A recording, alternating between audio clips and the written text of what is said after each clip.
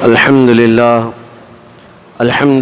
الحنان المنان الذي خلق الإنسان وعلمه البيان والصلاة والسلام على رسوله سيد الإنس والجان وعلى آله وأصحابه ذوي الخير والإحسان أما بعد فأعوذ بالله من الشيطان الرجيم بسم الله الرحمن الرحيم لقد كان لكم في رسول الله أسوة حسنة لمن كان يرجو الله واليوم الآخر وذكر الله كثيرا صدق الله مولانا العظيم۔ بارگاہ رسالت مآب صلی اللہ تعالیٰ علیہ وسلم میں درود پاک کا ہدیہ پیش کریں۔ اللہم صلی علی سیدنا و مولانا محمد معدن الجود والکرم وآلہ واصحابہ الکرام وابنہ الکریم وبارک وسلم صلاة دائمة سرمدا ابدا۔ عزیزان گرامی وقار، ایک لمبے عرصے کے بعد دوبارہ ہم جمعہ کا جو سلسلہ تھا سیرت مصطفیٰ صلی اللہ تعالیٰ علیہ وسلم کے عنوان سے، اس کو ہم آگے بڑھانے جا رہے ہیں۔ نبی کریم صلی اللہ تعالیٰ علیہ وسلم کی زندگی پاک سارے انسانوں کے لیے مشعل راہ ہے، ہدایت کا راستہ ہے۔ قرآن کہتا ہے کہ رسول اللہ کی زندگی میں تمہارے لیے بہترین نمونہ ہے۔ عمل کرنے کے لیے زندگی میں تمہارے لیے اگر کوئی آئیڈیل ہے تو وہ میرے آقا صلی اللہ علیہ وسلم کی ذات پاک ہے۔ اسی لیے سیرت کا سننا اور پڑھنا ہر مسلمان کے لیے ضروری ہے۔ جب مسلمان اپنے نبی کی زندگی سے واقف ہوگا تب ان کی زندگی پر چل سکے گا۔ جب جانتا ہی نہیں ہے اور حضور پاک صلی اللہ علیہ وسلم کا نام صرف نعروں میں استعمال کرتا ہے اور صرف محبت کے لیے زبانی استعمال کرتا ہے تو پھر وہ عملی زندگی میں عمل نہیں کر سکتا۔ بہرحال تاریخ کے ان گوشوں کو سننا اور سمجھنا ضروری ہے جو میرے آقا صلی اللہ علیہ وسلم کی زندگی میں پیش آئے، تاکہ مخالفین اسلام کی طرف سے پیش کیے گئے اعتراضات سے تمہارے دل کے اندر شک و شبہ بھی نہیں آنا چاہیے۔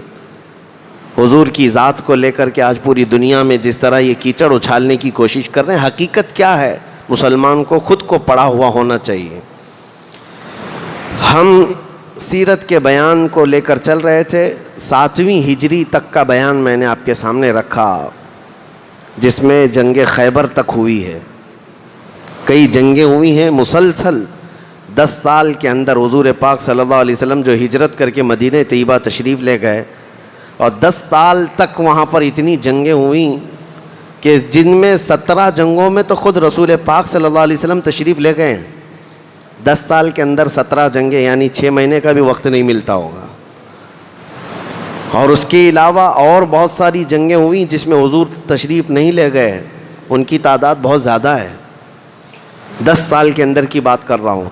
تو اس کا مطلب یہ ہوا کہ یہ مدنی زندگی جو ہے مکمل یہ جنگوں سے گھری ہوئی تھی، اس کے باوجود بھی پوری دنیا میں اسلام کو پھیلانے میں یہ مدنی زندگی کا ہی سب سے بڑا رول ہے، سب سے بڑا کردار ہے۔ مدینہ طیبہ آنے کے بعد اسلام کی اسٹیبلشمنٹ، حکومت قائم ہوئی، مرکز بنا۔ آج ہم عرض کرتے ہیں 8ویں ہجری جب تھی، حضور پاک صلی اللہ علیہ وسلم کی ہجرت کا 8واں سال تھا۔ 10 سال ہیں پورے ہجرت کے، جس میں 8واں سال تھا۔ یہ بھی تقریباً جنگوں میں گھرا، لیکن ان میں 2 بڑی جنگیں مشہور ہیں، ایک جنگ موتا اور دوسرے فتح مکہ۔ یہ دونوں تاریخ کے بہت اہم باب ہیں۔ موتا ایک جگہ کا نام ہے، آج یہ جارڈن کے علاقے میں آتا ہے۔ جارڈن جس کو عربی میں اردن کہا جاتا ہے، انگلش میں جارڈن، اس کا ایک حصہ ہے موتا۔ وہاں یہ جنگ ہوئی تھی، اسی لیے اس کو جنگ موتا کہتے ہیں۔ وجہ کیا تھی؟ یہ مسلمانوں کے متعلق جو بات پھیلائی جاتی ہے نا، اس کو غور سے سنیں۔ ایسا نہیں ہے کہ جگہ جگہ مسلمان زبردستی جنگ چھیڑنے کے لیے جاتے تھے یا جنگ کرتے تھے، ایسا نہیں ہے، بلکہ کوئی نہ کوئی اس کے پیچھے سبب ہے، کوئی نہ کوئی وجہ ہے۔ ہوا یہ تھا کہ نبی پاک صلی اللہ تعالیٰ علیہ وسلم اپنے ایک صحابی قاصد حضرت حارث بن عمیر کو خط لکھ کر کے روم کا جو بادشاہ تھا اس کے پاس بھیجا، کیونکہ آپ نے سنا تھا 6 ہجری میں حضور صلی اللہ علیہ وسلم نے دنیا بھر کے بہت سارے بادشاہوں کو دعوت اسلام پیش کی، صحابہ لے کر کے گئے خط، اور یہ سلسلہ چلتا رہا۔ 8ویں ہجری میں بھی حضور صلی اللہ علیہ وسلم نے اپنے ایک قاصد صحابی، جیسے آپ سمجھ لیں ایمبیسیڈر، ترجمان، ان کو خط دے کر کے روم کے بادشاہ کے پاس بھیجا، اور وہ لے کر کے جا رہے تھے۔ روم پہنچنے سے پہلے ہی، جس کو آج آپ جو ہے روما کہتے ہیں یا رومانیہ ہے، اٹلی ہے، یہ روم کی سرزمین تھی پہلے۔ آج اس دور میں بھی وہاں پر کفار و مشرکین عیسائیوں کی حکومتیں قائم ہیں، اس دور میں بھی تھیں۔ روم میں جو قیصر روم ہوا کرتا تھا، اس کے پاس خط لے کر کے جا رہے تھے حضرت حارث بن عمیر، لیکن بیچ راستے میں ایک جگہ آتی ہے بلقا، وہاں ایک چھوٹا اور بادشاہ تھا جو روم کے بادشاہ کا ٹیکس دینے والا یا اس کا باج گزار جس کو کہتے ہیں، اس کا نائب تھا۔ اس نے بیچ میں اس صحابی کو پکڑ کر رسیوں سے باندھ دیا۔ حضور پاک صلی اللہ علیہ وسلم کے قاصد صحابی ہیں، کسی بھی قاصد کے ساتھ چھیڑ چھاڑ کرنا گویا کہ پوری قوم کے ساتھ چھیڑنا ہے۔ مثال کے طور پر اگر ہمارے ملک کا ایمبیسیڈر کسی دوسری کنٹری میں ہے اور اس ایمبیسیڈر کو مارا گیا، تو اس کا مطلب ہے پورے حکومت کو للکارا گیا ہے، کیونکہ وہ حکومت کی طرف سے نمائندہ ہوتا ہے۔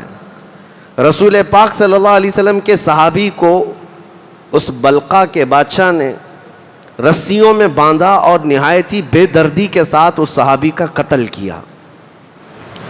بیچ راستے میں وہ قتل ہو گئے ہیں حضرت حارث بن عمیر۔ اس دردناک واقعے کی خبر جب مدینہ طیبہ پہنچی، نبی پاک صلی اللہ تعالیٰ علیہ وسلم کو بہت غم ہوا، لیکن اب یہاں پر کرنے کا کیا معاملہ تھا سنیں۔ کسی قاصد کو قتل کر دینا، مار دینا، یہ ہلکا کام نہیں تھا، آسان نہیں تھا۔ نبی پاک صلی اللہ تعالیٰ علیہ وسلم کے اخلاق نبوت سے یہی آپ کو سمجھنا چاہیے کہ قوم کے ایک فرد کو مارنا قوم کو مارنے کے برابر ہے۔ نبی پاک صلی اللہ علیہ وسلم نے سارے صحابہ سے فرمایا کہ یہ نہایت ہی غلط ہے، دستور کے بھی خلاف ہے، پوری دنیا میں ایسا دستور نہیں پایا جاتا، کسی کے قاصد کے ساتھ کچھ نہیں کیا جاتا۔ جنگوں میں لڑائیاں ہوتی ہیں لیکن قاصد کے ساتھ کوئی برا عمل نہیں کیا جاتا۔ حضور پاک صلی اللہ علیہ وسلم کے پاس کتنے کافر مشرکین کے، کفار و مشرکین کے قاصد آتے تھے، لیکن کبھی ان کو ہاتھ تک نہیں لگایا گیا۔ اب جب صحابی رسول قتل ہو گئے تو حضور نے مدینہ طیبہ سے ایک لشکر تیار فرمایا کہ تمہیں روم تک پہنچنا ہے اور اس صحابی رسول کا انتقام ہوگا، خون بہا لیا جائے گا۔ تو جوش جہاد میں صحابہ اکرام جمع ہوئے اور مدینہ طیبہ سے کل ملا کر 3000 صحابہ جمع ہوئے۔ جنگ موتا کی تاریخ میں بیان کر رہا ہوں، 3000 صحابہ جمع ہوئے۔ تو جب نبی پاک صلی اللہ علیہ وسلم ان 3000 کو جمع کیے تو ان کو رخصت کرنے کے لیے ثنیۃ الوداع کی گھاٹیوں تک خود تشریف لائے۔ نبی پاک صلی اللہ علیہ وسلم اس جنگ میں شریک نہیں تھے بظاہر۔ اب حضور پاک صلی اللہ علیہ وسلم نے اپنا جھنڈا سفید رنگ کا حضرت زید بن حارثہ کے ہاتھ میں دیا، جو رسول اللہ کے منہ بولے بیٹے تھے، منہ بولے بیٹے ہیں، حضور صلی اللہ تعالیٰ علیہ وسلم نے ان کو پالا ہے، ان کے ہاتھ میں دیا اور لشکر کو یہ تلقین فرمائی کہ اسی مقام پر جانا جہاں حارث بن عمیر کا قتل ہوا ہے، وہاں جا کر کے جب تمہارے مقابل میں لوگ آئیں گے تو پہلے ان کو اسلام کی دعوت پیش کرنا، اگر وہ قبول کر لیں تو تمہارے وہ بھائی اور بہنیں ہیں ان کے ساتھ رحم دلی اور ہمدردی کا معاملہ کرنا، اور اگر وہ جنگ پر آمادہ ہیں تو اللہ کے بھروسے جنگ کرنا۔ یہ تلقین تھی حضور صلی اللہ تعالیٰ علیہ وسلم کی طرف سے۔ اور پھر یہ ارشاد فرمایا تھا کہ زید بن حارثہ اگر قتل ہو گئے، شہید ہو گئے، تو جعفر بن ابی طالب کے ہاتھ میں جھنڈا ہوگا۔ جعفر بن ابی طالب بھی اگر شہید ہو گئے تو عبداللہ بن رواحہ کے ہاتھ میں یہ جھنڈا ہوگا، اور اگر عبداللہ بن رواحہ بھی قتل ہو گئے، شہید ہو گئے، تو سارے مسلمان جسے منتخب کر لیں اس کے ہاتھ میں جھنڈا ہوگا، وہ سپہ سالار ہوگا۔ یہ ساری باتیں حضور پاک صلی اللہ علیہ وسلم نے فوج کو بتائیں اور رخصت فرمایا۔ جب یہ لشکر مدینے سے جا رہا تھا تو ایک عجیب سا منظر تھا، مدینہ طیبہ کے بچے جوان سب باہر آئے تھے اور سارے مسلمان جو مدینے کے تھے ان کو جو رخصت کر رہے تھے سبوں کے لب پر یہی تھا خدا تمہیں سلامت لائے، خدا تمہیں سلامت لائے۔ یہ 3000 لشکریوں کا ایک جم غفیر جو روم کی طرف نکلا تھا، 3000 سپاہیوں کا لشکر جب روم کی طرف نکلا تو مقام بلقا ابھی آیا نہیں تھا جہاں پر حضرت حارث بن عمیر کی شہادت ہوئی، لیکن اچانک انہوں نے دیکھا کہ روم کا بادشاہ خود فوج اتنی بڑی لے کر کے ان کے مقابل میں آ گیا ہے۔ وہ فوج چھوٹی موٹی نہیں بلکہ 1,00,000 کی فوج لے کر کے آ گیا۔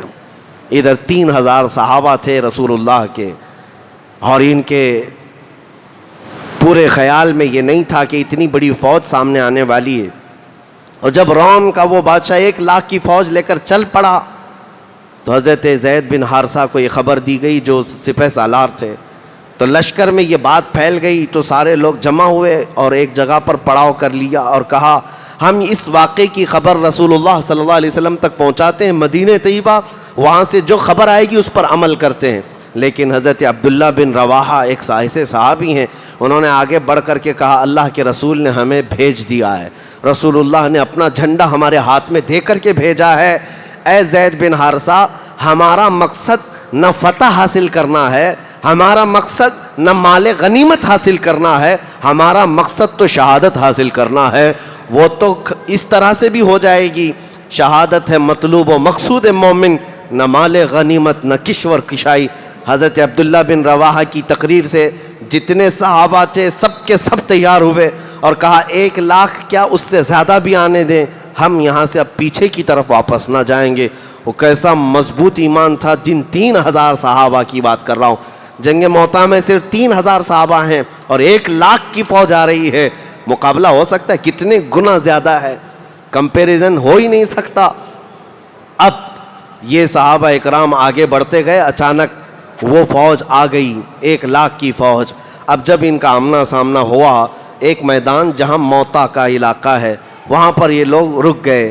عزیزان گرامی وقار، اب اس میں صحابہ اکرام کی جواں مردی دیکھنے کا منظر ہے۔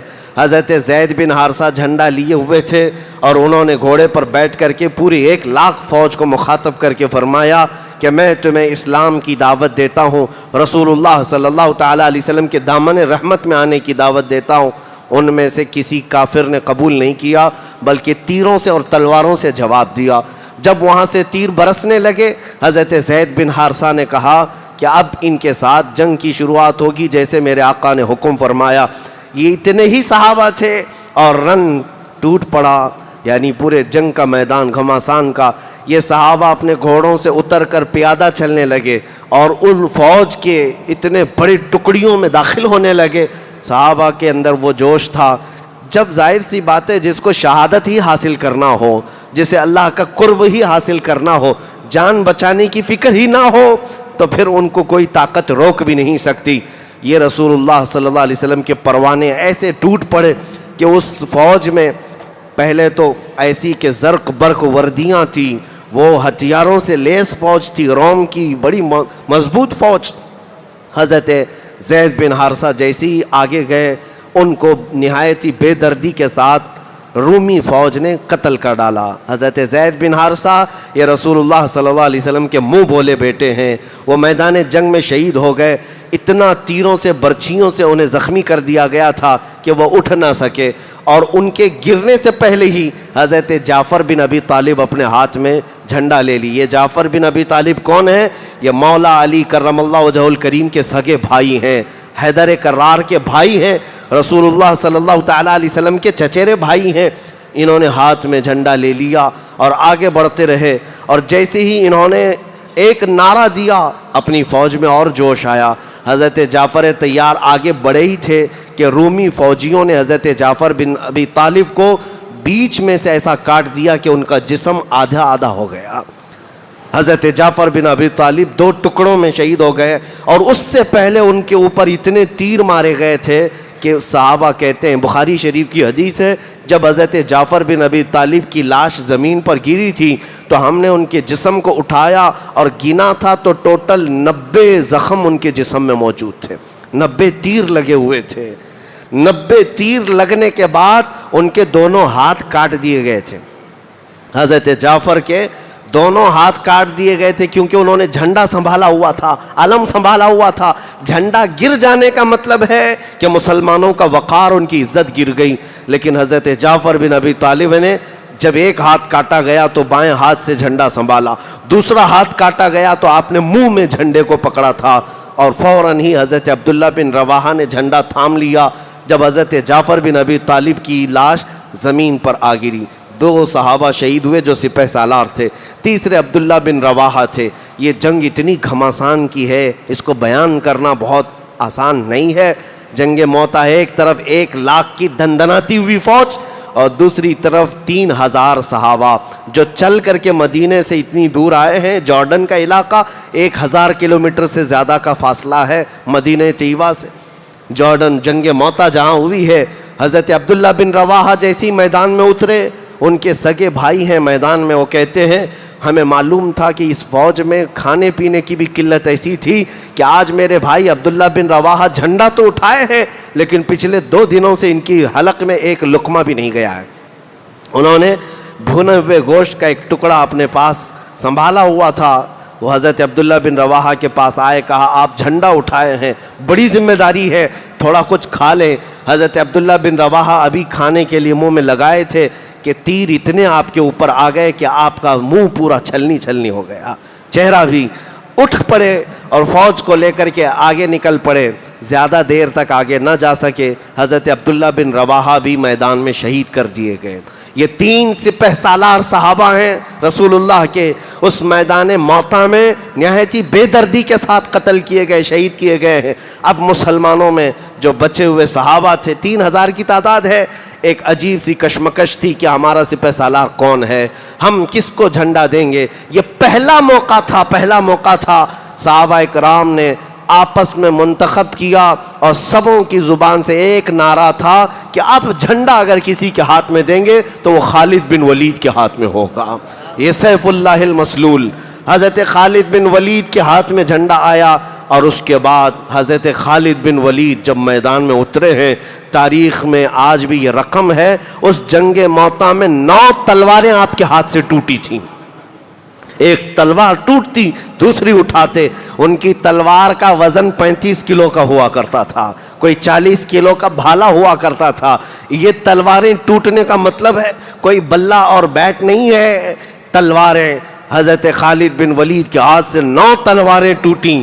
اور عین دوپہر کے وقت حضرت خالد بن ولید، ان کی جو جنگی مہارت تھی، ان کو جو جنگ کے نقشے معلوم تھے، اس اعتبار سے 3000 صحابہ کو ایسے بکھیر دیا کہ 1 لاکھ رومی فوجی میرے آقا صلی اللہ علیہ وسلم کے ان پروانوں کا مقابلہ نہ کر سکے. وہ میدان سے پیچھے ہٹنے لگ گئے. تاریخ میں عیسائیوں نے لکھا ہے، ہم نے پہلی مرتبہ ایسی تاریخ پڑھی ہے کہ 1 لاکھ کی فوج میدان سے پیچھے آنے میں ہی عافیت سمجھ رہی ہے، اس لیے کہ حضرت خالد بن ولید نے صرف 3000 صحابہ کو ایسے ٹکڑیوں میں بانٹ کر کے رکھا تھا مقابلے کے لیے کہ وہ 1 لاکھ کا جتھا بھی ان کا مقابلہ کرنے سے عاجز آ گیا تھا. شام سے پہلے یہ رومی فوجیوں کے بادشاہ کی طرف سے اعلان ہوا کہ میدان خالی کر دیا جائے، پیچھے ہٹ جائے، اس لیے کہ قتل زیادہ ہو سکتا ہے. حضرت خالد بن ولید کے ہاتھ میں یہ علم آنے کے بعد جانتے ہیں شام سے پہلے یہ جنگ موتا کو آپ نے فتح کر لیا اور 3000 صحابہ کو صحیح سلامت واپس میدان سے نکال لیا. اس پوری جنگ میں حیرت کی بات یہ ہے 1 لاکھ رومی فوجیوں نے مل کر کے جو رسول اللہ صلی اللہ علیہ وسلم کے چہتے صحابہ کو قتل بھی کیا ہے، تو ٹوٹل تعداد 12 صحابہ کی تھی. 12 صحابہ قتل ہوئے تھے، شہید ہوئے تھے، جن کے مزارات آج بھی جنگ موتا میں ہیں. 1 لاکھ فوج نے مل کر کے 3000 پر حملہ کیا ہے، لیکن شہید کتنے ہوئے؟ صرف 12 لوگ ہوئے. لیکن حضرت خالد بن ولید کے ہاتھوں سے ہی 1 نہیں 2 نہیں 70 سے زیادہ مارے گئے ہیں رومی، اور کئی لوگ قتل ہوئے ان مسلمانوں کے ہاتھ سے. یہ اللہ کی مدد نہیں ہے تو اور کیا ہے، یہ رب العالمین کی طرف سے نصرت نہیں ہے تو اور کیا ہے. یہ جنگ ختم ہونے کے قریب تھی.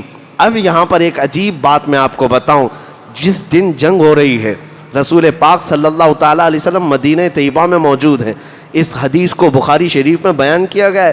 نبی کریم صلی اللہ تعالیٰ علیہ وسلم مدینہ طیبہ میں صحابہ کے سامنے بیٹھے تھے اور اچانک آپ کی آنکھوں سے آنسو آئے. حضور سے صحابہ نے پوچھا کہ یا رسول اللہ کیا مسئلہ ہے؟ حضور فرما رہے ہیں میں یہیں سے جنگ موتا کو ملاحظہ کر رہا ہوں، مدینے میں بیٹھ کر جنگ موتا کو ملاحظہ کر رہا ہوں۔ حضور پاک صلی اللہ تعالیٰ علیہ وسلم فرماتے ہیں میرا زید بن حارثہ شہید ہو گیا ہے، اسے رومیوں نے قتل کر ڈالا ہے، اب جھنڈا جعفر بن ابی طالب کے ہاتھ میں ہے۔ تھوڑی دیر کے بعد حضور صلی اللہ علیہ وسلم مدینہ طیبہ میں بیٹھ کر فرماتے ہیں اب جھنڈا جعفر بن ابی طالب کے ہاتھ سے بھی نکل گیا، کافروں نے ان کے جسم کے 2 ٹکڑے کر دیے ہیں، عبداللہ بن رواحہ نے جھنڈا سنبھال لیا ہے۔ تھوڑی دیر کے بعد رسول کریم صلی اللہ تعالیٰ علیہ وسلم بیان کرتے ہوئے ارشاد فرماتے ہیں عبداللہ بن رواحہ بھی شہید ہو گئے، اب مسلمانوں کو اختیار میں نے دیا تھا صحابہ کو کہ جسے چاہو اپنا امیر منتخب کر لینا، سپہ سالار بنا لینا۔ حضور صلی اللہ تعالیٰ علیہ وسلم فرماتے ہیں میرے صحابہ بالکل حق راستے پر ہیں، انہوں نے چنا ہے تو ایسے کو چنا ہے جو اللہ کی تلواروں میں سے ایک تلوار ہے، خالد بن ولید کو چنا ہے۔ یہ کون بیان کر رہا ہے؟ میرے مصطفیٰ کریم صلی اللہ علیہ وسلم مدینے میں بیٹھ کر کے بیان کر رہے ہیں۔ اور جنگ کہاں ہو رہی ہے؟ جنگ موتا جارڈن کے علاقے میں ہو رہی ہے۔ اب نبی پاک صلی اللہ تعالیٰ علیہ وسلم نے تھوڑی دیر کے بعد سارے صحابہ سے فرمایا اٹھ کر کھڑے ہو کر کے مبارک ہو خالد بن ولید نے سارے صحابہ کو وہاں سے صحیح سلامت میدان سے باہر نکال لیا اور رومیوں کو ان کے میدان سے ان کے ملک واپس جانے پر مجبور کر دیا۔ یہ خالد بن ولید رضی اللہ تعالیٰ عنہ کی اسلام میں آنے کے بعد بڑی فتحوں میں سے پہلی فتح تھی، جس دن حضور صلی اللہ علیہ وسلم نے آپ کو سیف اللہ المسلول کہا تھا۔ جانتے ہیں میں یہ بات اس لیے عرض کر رہا ہوں کہ یہی دن تھا حضور صلی اللہ تعالیٰ علیہ وسلم اپنے گھر سے نکلے، جعفر بن ابی طالب کی جو اہلیہ محترمہ زوجہ ہیں حضرت اسماء بنت امیس، وہ حضور صلی اللہ تعالیٰ علیہ وسلم کے یعنی سگے چچیرے بھائی حضرت جعفر کی زوجہ ہیں، ان کے 2 بچے بھی ہیں۔ آپ کی زوجہ حضرت اسماء اپنے بیٹوں کو نہلا دھلا کر کپڑے پہنا کر انہیں تیار کر کے بٹھائی ہوئی تھیں۔ یہ دن تھا حضور صلی اللہ تعالیٰ علیہ وسلم گھر میں داخل ہوئے، حضرت اسماء سے کہا تمہارے دونوں بچوں کو لاؤ۔ دونوں چھوٹے بچے قریب آئے، حضور صلی اللہ تعالیٰ علیہ وسلم نے ان کو سینے سے لگا لیا اور ایسا لپٹ گئے کہ حضور صلی اللہ تعالیٰ علیہ وسلم کے آنسو نکل پڑے اور ان شہزادوں ان بچوں کے اوپر گرنے لگے۔ حضرت اسماء نے پوچھا کہ یا رسول اللہ صلی اللہ علیہ وسلم آج تو میں پورا تیار کر کے رکھی ہوں کہ میرے شوہر آنے والے ہوں گے یا کوئی اچھی خبر ہوگی۔ حضور صلی اللہ تعالیٰ علیہ وسلم نے فرمایا کہ تیرے ان بچوں کا باپ جعفر بن ابی طالب شہید ہو گیا ہے، میدان جنگ میں شہید ہو گیا۔ حضرت اسماء کہتی ہے میری چیخ نکل گئی، میرا گھر بعد میں عورتوں سے بھر گیا۔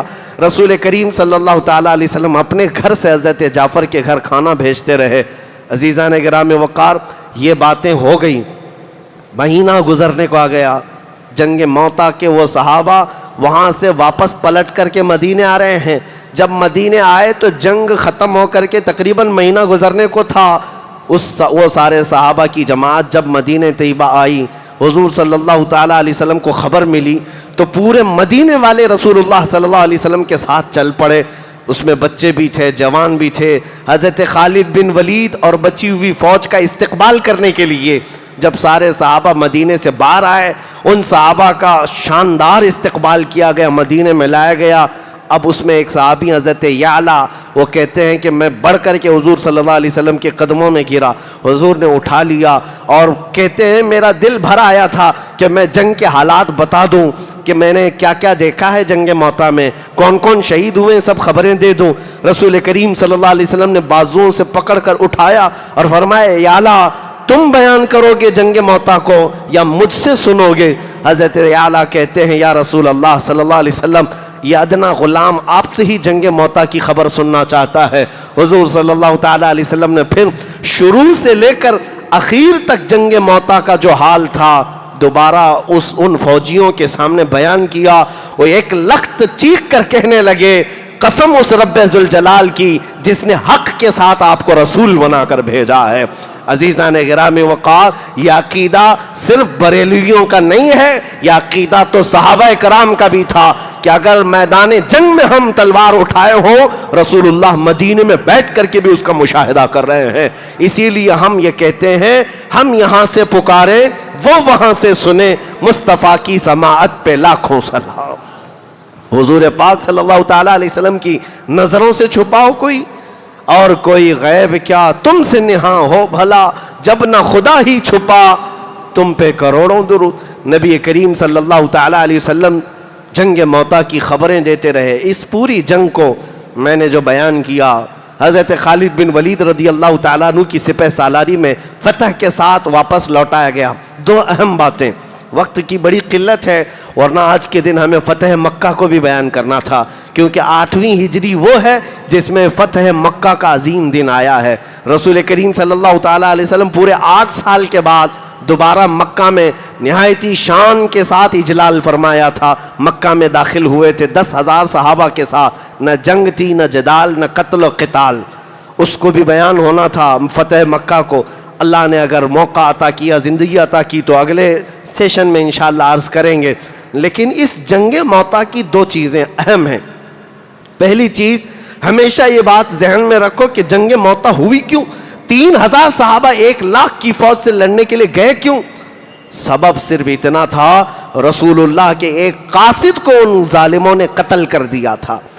رسول اللہ صلی اللہ تعالیٰ علیہ وسلم کے ایک سپاہی کو قتل کر دیا تھا تو پورا مدینہ نکل پڑا، اور وہ بھی 1,000 کلومیٹر دور تک۔ عزیزان گرامی وقار، یہ غیرت ایمانی تھی صحابہ کی کہ رسول اللہ کے کسی سپاہی کو بھی اگر کوئی چھیڑ چھاڑ کرے تو پورا مدینہ نکل پڑتا تھا۔ آج حیرت کی بات ہے، خود رسول اللہ کی ذات کو چھیڑ چھاڑ کیا جا رہا ہے، اور خواب خرگوش میں پوری قوم سوئی ہوئی ہے، پوری امت سونے پر مجبور ہو گئی۔ آج کیا بادشاہوں کا زمانہ نہیں ہے؟ تقریباً دنیا میں 57 ملک ایسے ہیں، 57 کنٹریز، جہاں بنام ہی صحیح اسلامی حکومت قائم ہے، مسلمانوں کی حکومت ہے۔